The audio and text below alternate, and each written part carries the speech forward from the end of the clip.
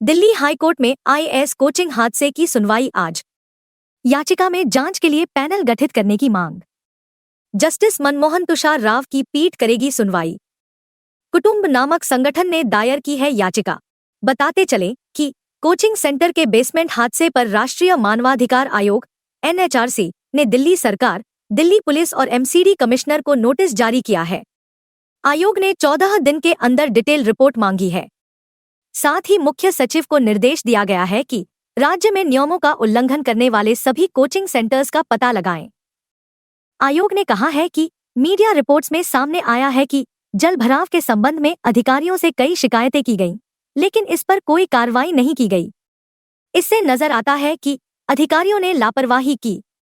वहीं आयोग ने पटेल नगर इलाके में जलभराव के कारण पानी में फैले करंट से सिविल सेवा की तैयारी कर रहे अभ्यर्थी की मौत पर भी संज्ञान लिया है।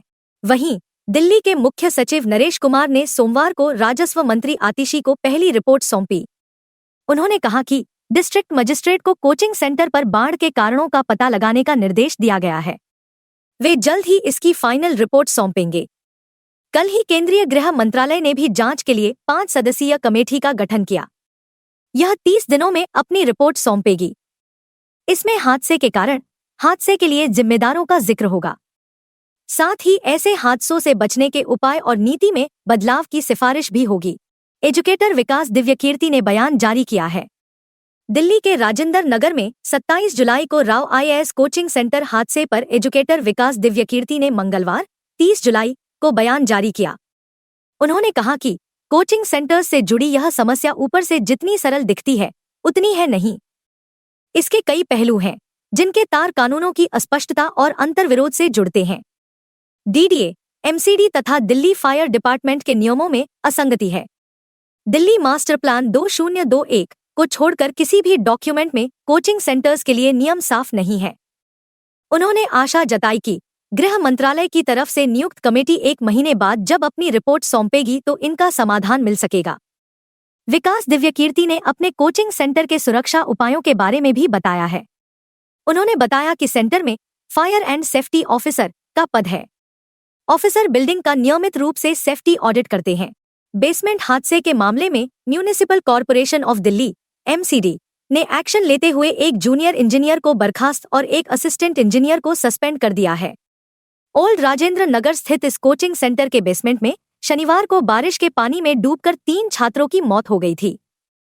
पुलिस ने इस मामले को लेकर आज सोमवार को 5 और लोगों को गिरफ्तार किया है। इस तरह अब तक कुल 7 लोग अरेस्ट हो चुके हैं। 30 हजारी कोर्ट ने आरोपियों को 14 दिन की न्यायिक हिरासत में भेज दिया है। इस बीच सोशल मीडिया पर एक स्क्रीनशॉट तेजी से वायरल हो रहा है। इसमें लिखा गया कि हादसे से 1 महीने पहले यानी 26 जून को ही इस बारे में एमसीडी से शिकायत की गई थी, जिस पर कोई सुनवाई नहीं हुई। इसके बाद 2 रिमाइंडर भी दिए गए। बावजूद एमसीडी ने कार्रवाई नहीं की। आप मुख्यालय के पास भाजपा ने प्रदर्शन किया। भाजपा कार्यकर्ताओं ने कहा कि एमसीडी में आपका बहुमत है, मेयर भी आपका ही है। यह घटना एमसीडी की लापरवाही के कारण हुई। कार्यकर्ताओं को रोकने के लिए दिल्ली पुलिस ने वाटर कैनन चलाई।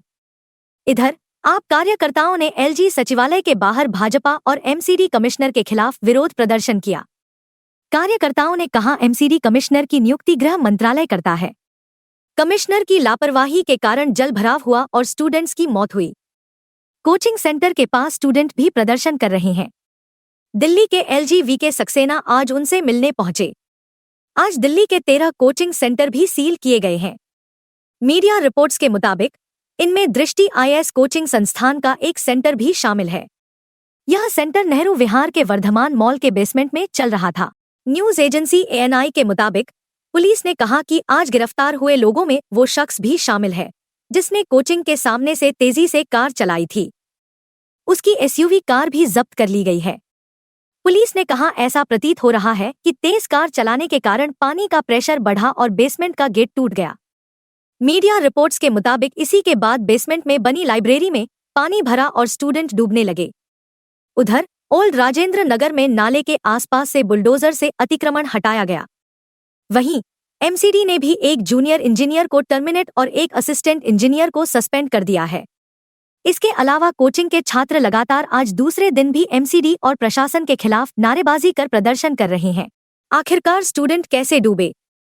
27 जुलाई की रात को बिल्डिंग में पावर कट के कारण बेसमेंट में बनी लाइब्रेरी का बायोमेट्रिक गेट जाम हो गया। स्टूडेंट अंधेरे में लाइब्रेरी के अंदर फंस गए। गेट बंद होने के कारण पानी शुरुआत में बेसमेंट में नहीं घुसा था, लेकिन कुछ मिनट बाद ही पानी का प्रेशर तेज हुआ और गेट टूट गया।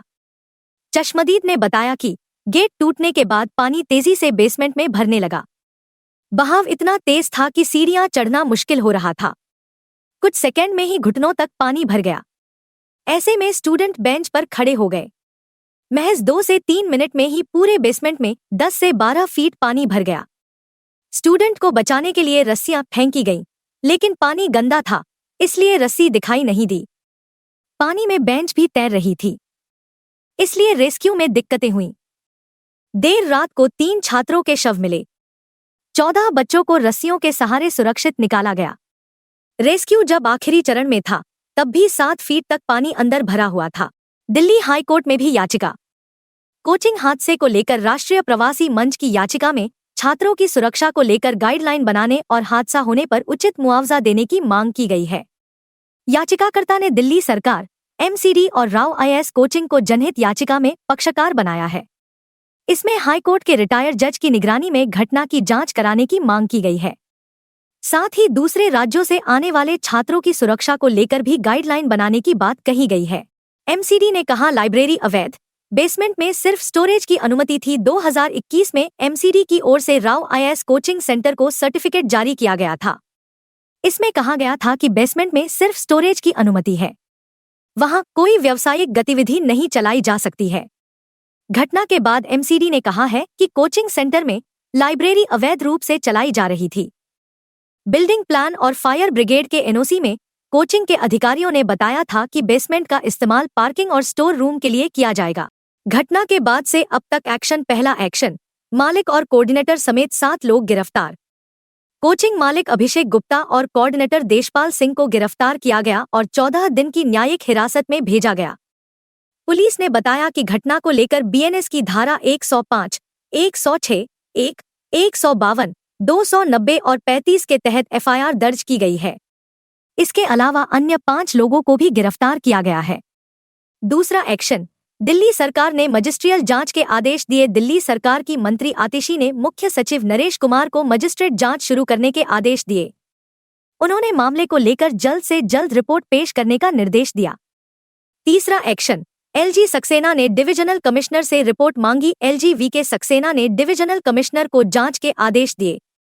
एलजी ने कहा, ऐसा लग रहा है जैसे बेसिक मेंटेनेंस सिस्टम फेल हो गया था। मंगलवार तक डिविजनल कमिश्नर रिपोर्ट पेश करें। चौथा एक्शन, एमसीडी ने बेसमेंट में चल रहे 13 कोचिंग सेंटर सील किए। एमसीडी ने बेसमेंट में अवैध रूप से चल रहे 13 कोचिंग सेंटरों को सील किया। साथ ही संस्थानों पर नोटिस चस्पाकर उनसे जवाब मांगा गया है। रविवार शाम दिल्ली नगरपालिका ने ओल्ड राजेंद्र नगर में 3 ऐसे बेसमेंट में ताला लगाया जहां राव आईएएस की तरह घटना होने की संभावना थी। पंचवां एक्शन, एक जूनियर इंजीनियर टर्मिनेट, एक असिस्टेंट इंजीनियर सस्पेंड। एमसीडी के कमिश्नर अश्विनी कुमार ने बताया कि एमसीडी ने एक जूनियर इंजीनियर और एक असिस्टेंट इंजीनियर को सस्पेंड किया है। मेयर शैली ओबेरॉय ने अधिकारियों के खिलाफ एक्शन लेने को कहा था, जिसके बाद यह कार्रवाई की गई है।